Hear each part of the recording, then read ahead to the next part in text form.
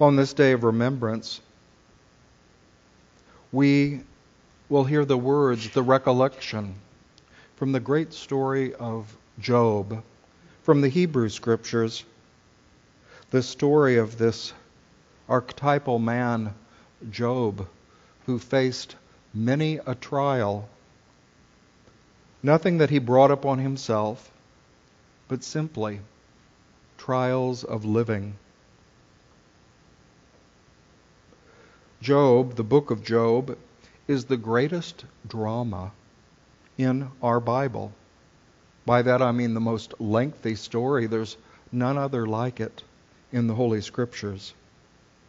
So here this amazing man in whom God could find no fault declared, "Oh, that the words I now speak were written. Oh, that they were recorded in a scroll. That with an iron stylus and molten lead, or that they were engraved in stone forever.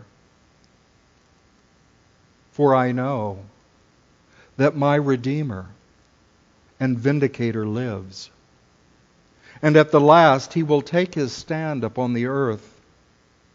Even after my mortal body is destroyed by death, yet from my soul I will see God, whom I, even I, will see for myself, and my spirit eyes will see him, and not another.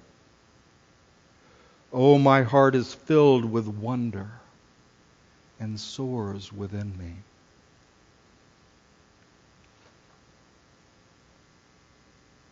Those beautiful words of Job in his many trials, losing his family, all of his great possessions, his land, all that loss long ago. But he set an example for the conviction, the unfailing conviction in God's care. Today, we hold this service of remembrance for all saints and all souls.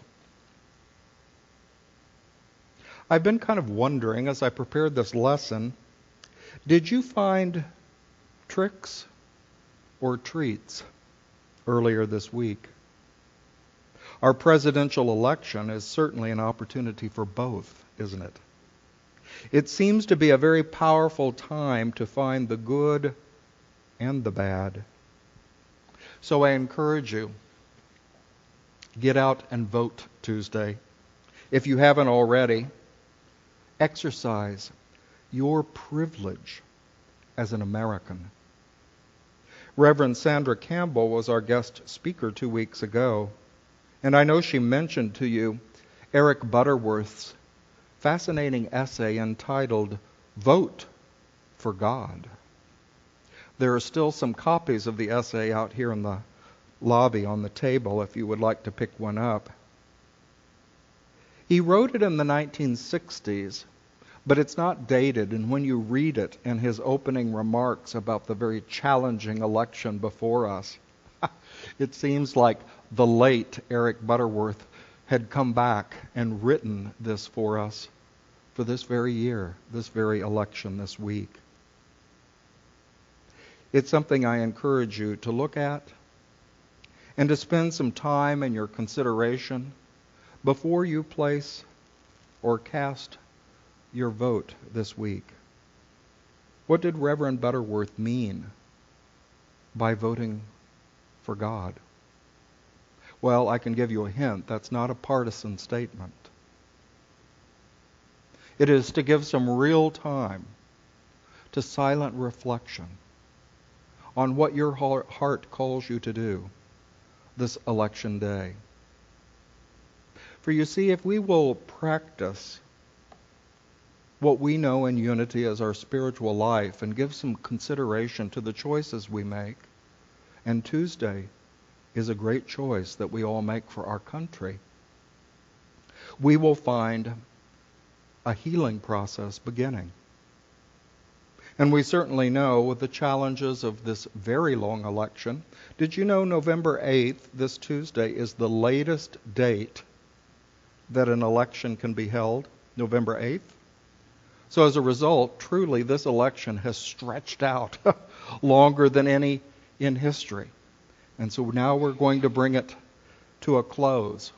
But as we all know, that's only just the beginning of a new presidency. So cast your vote this week. After taking some time, it does not have to be long by the clock, but just some time to go into your own silent center and consult the highest truth within you. So whether it's Halloween or this week's election, it can be a scary time. Perhaps it all comes down to what we're each looking for, or what our outlook on life may be, or what we're seeking in our life's journey.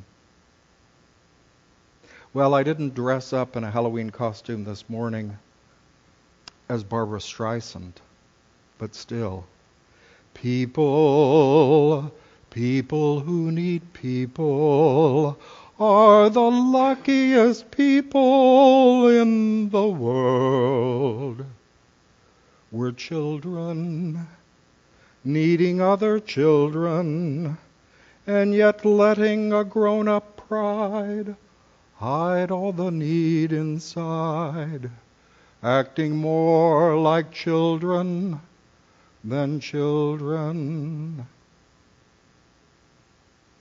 Or another song, I'll Speak. What's it all about, Alfie? Is it just for the moment we live? What's it all about when you sort it out, Alfie?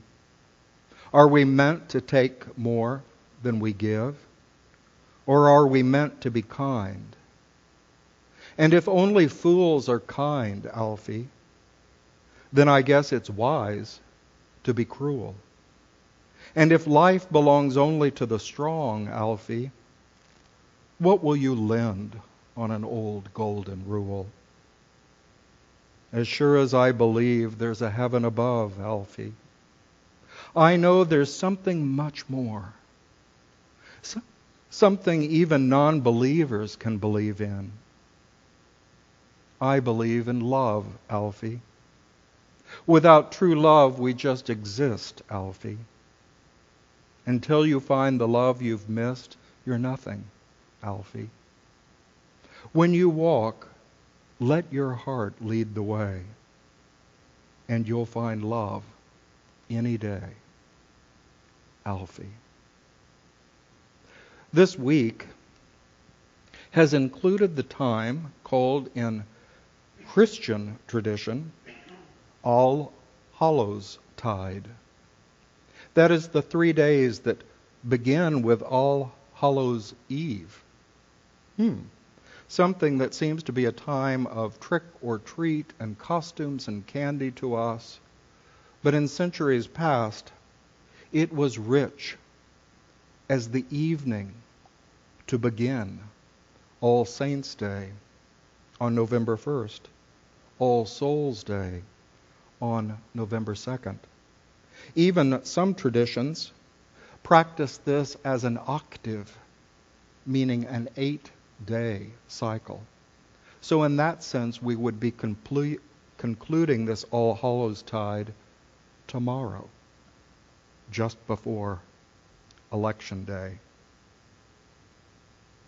It's a time of remembrance or recalling for the purpose of creating a view of a great life, of a big picture, of an all-inclusive picture.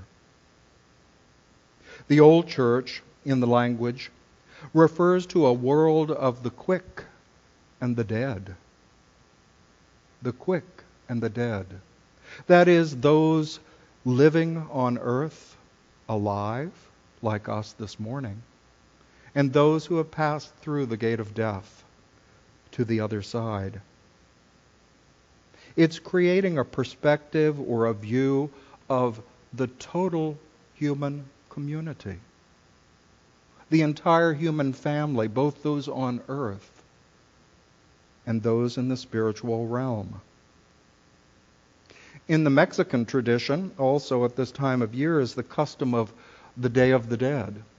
Now again, it's sometimes just become a decorative process. I was in Pier 1 the other day, and we had passed the Day of the Dead, and they had all of their Day of the Dead merchandise up for sale. You know, all the figures of the decorated skeletons with hats and costumes.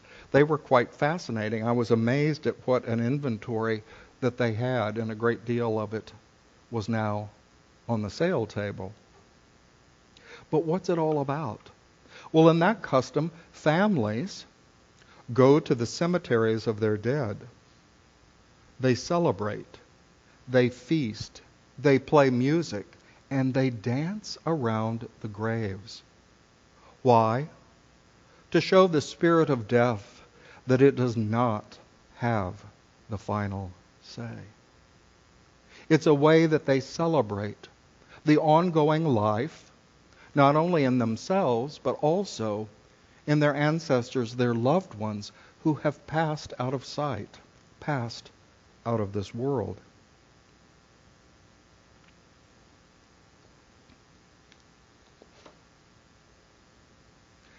So I guess we can say that in the most essential way, this All Hallows Tide is not about death, nor ghosts, nor evil spirits, nor frightening happenings.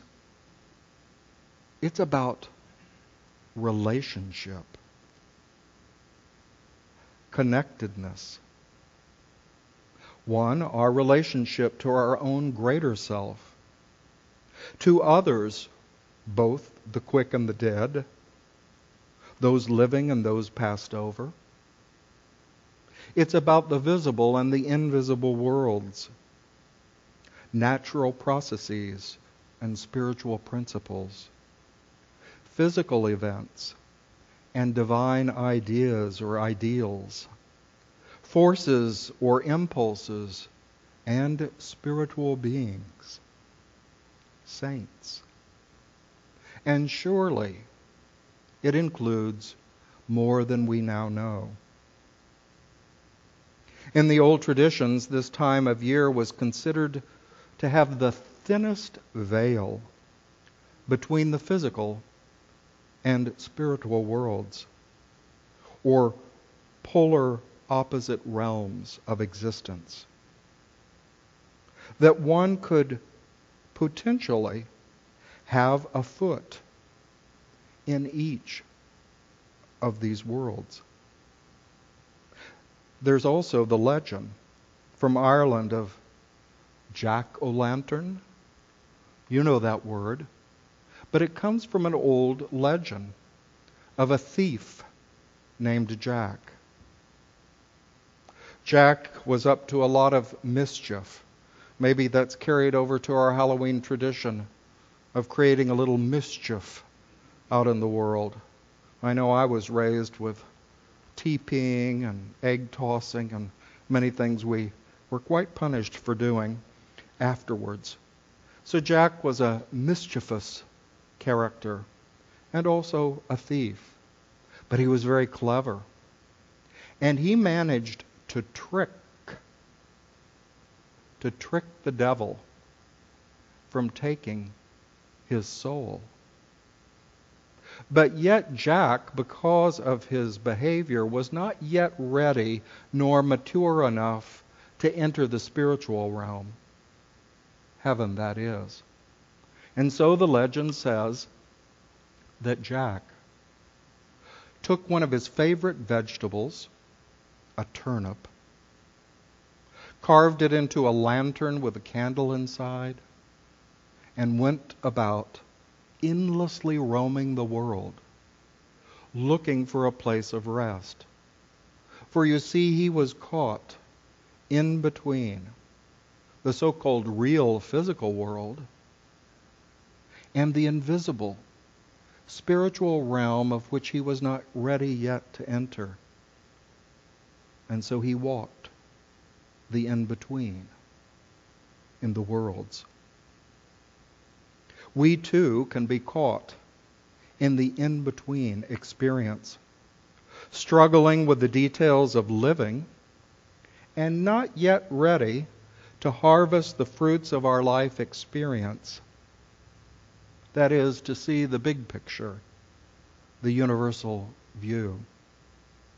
An author I know back in New York, Christopher Bamford, wrote in one of his books an account after going through his wife's long illness and her death.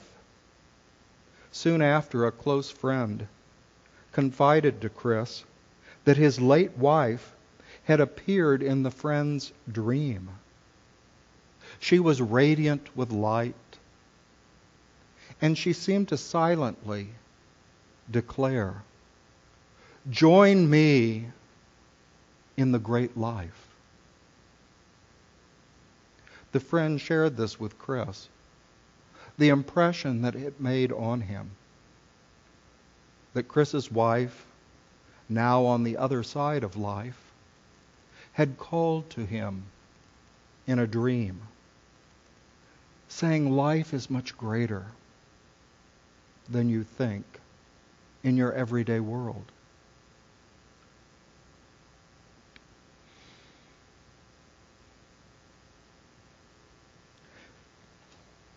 Today, in this service of remembrance, said in the Christian time of recalling this All Hallows Tide, this season of holiness, this great view of life, this thin veil between the world we think we know so well, this physical world, and the invisible power that stands behind all that we see.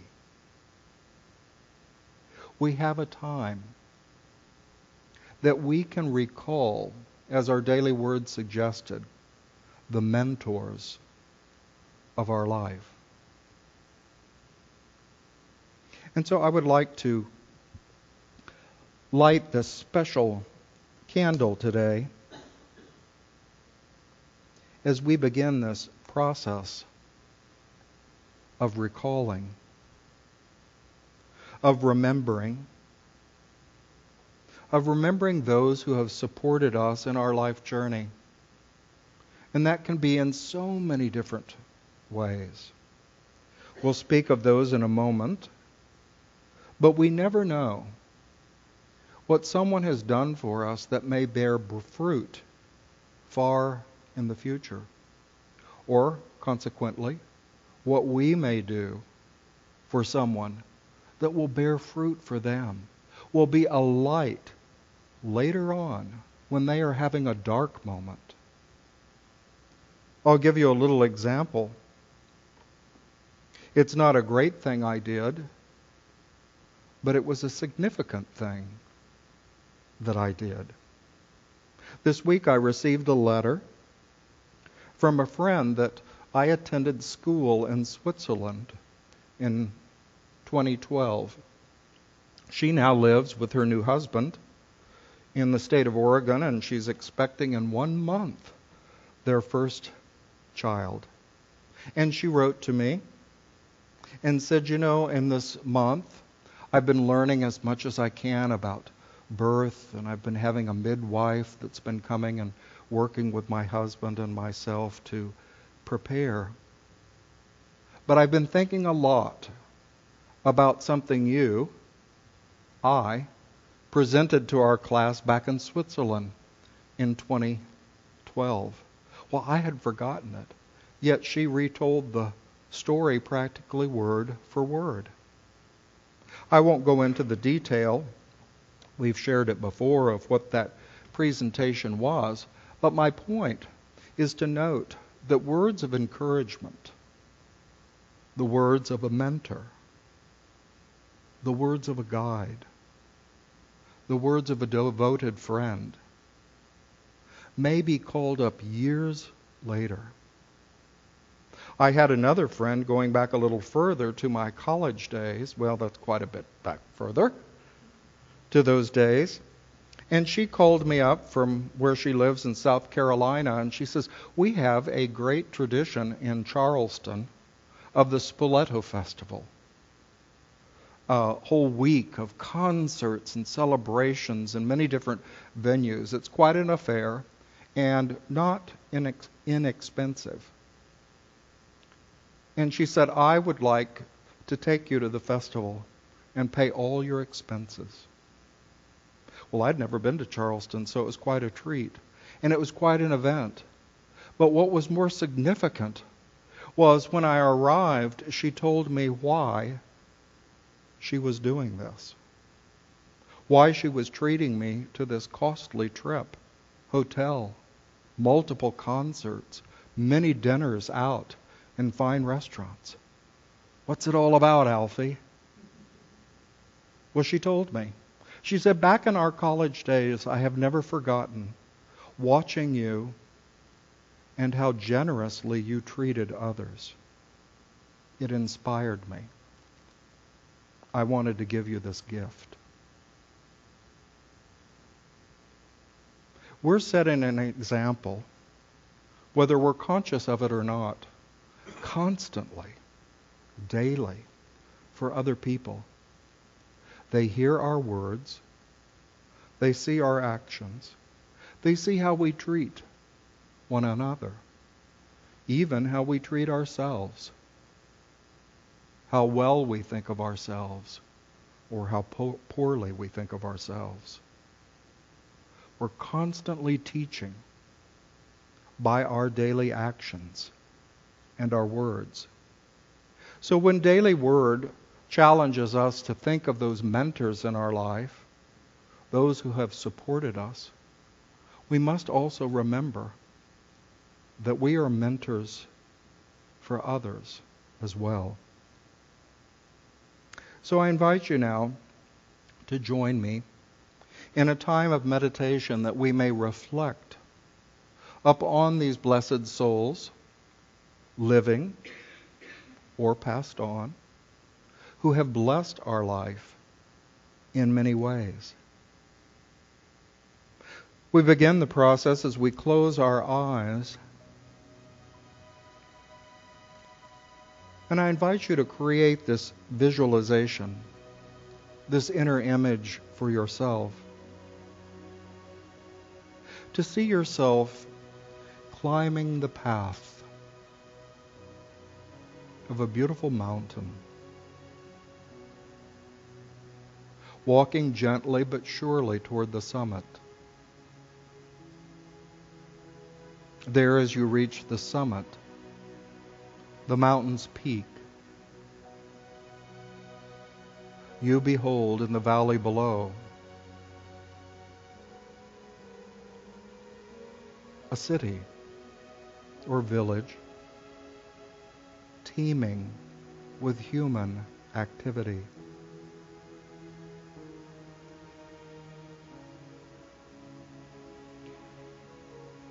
This is a way to allow your soul to look upon the many events of your life from a higher perspective. In our daily routines, we may become so focused, perhaps even fearful or frustrated, with the little daily details of living.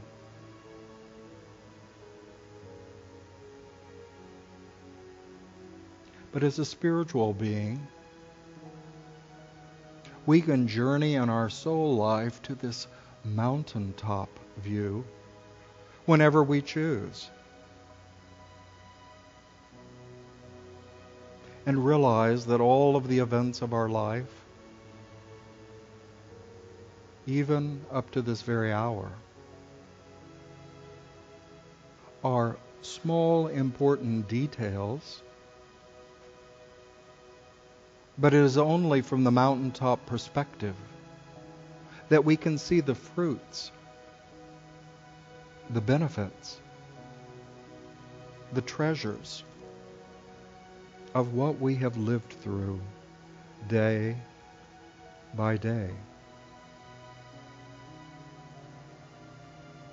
In your life story, I invite you to call to mind, not forcing but simply allowing yourself to remember the many individuals who have played a part in your life.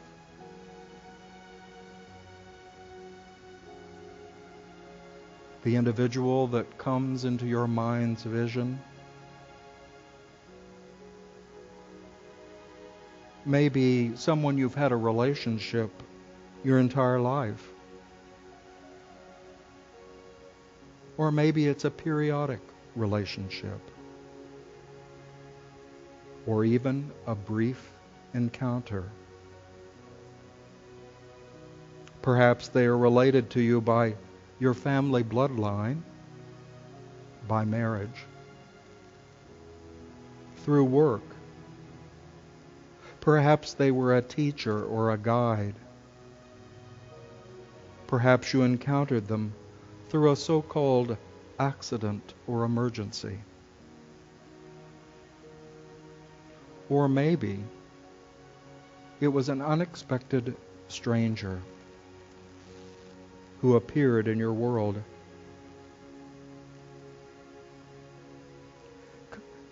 Consider their gift to you.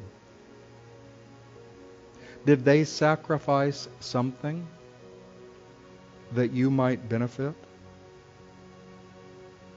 Were they devoted to your well-being, always calling out your best, your true self?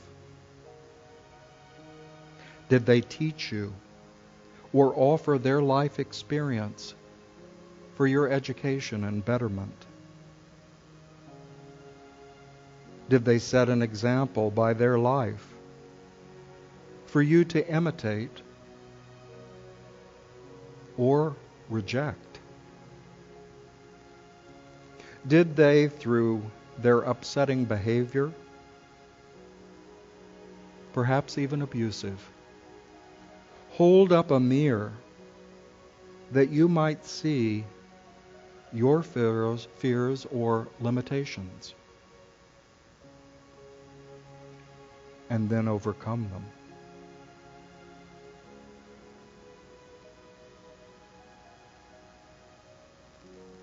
We may hold this statement of denial, that is, rejecting the untrue. As God's creation, I am not limited in this world. I am eternal spiritual being and cannot ultimately be harmed nor destroyed. For I am created in the perfect image and likeness of the Creator's principle of life. I can affirm, remembering all those who have supported my journey through life, I am now filled with the warmth of love and the light of wisdom.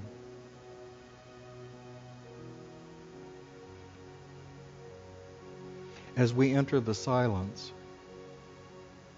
that we may deeply remember and recall within the peace of our soul these individuals.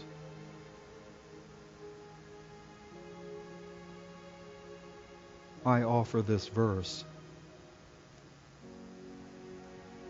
I feel my own force bearing fruit and gaining strength to give me to the world. My inmost being, I feel charged with power to turn with clearer insight toward the weaving of life's destiny. So as we now rest in the peace and security of silence, let the Holy Spirit bring before your view individuals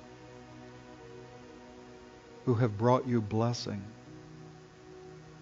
help, assurance, healing.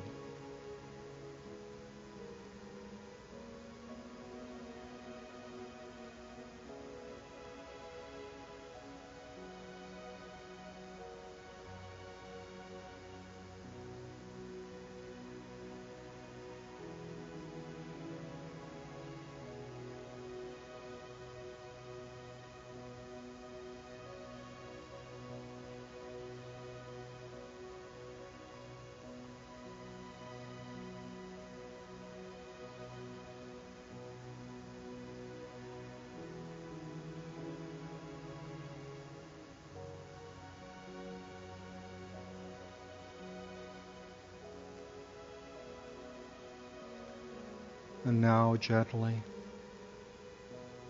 we bring our attention back from the very center of being to our place in this physical outer world. And as we're ready, we open our eyes, and our ushers are going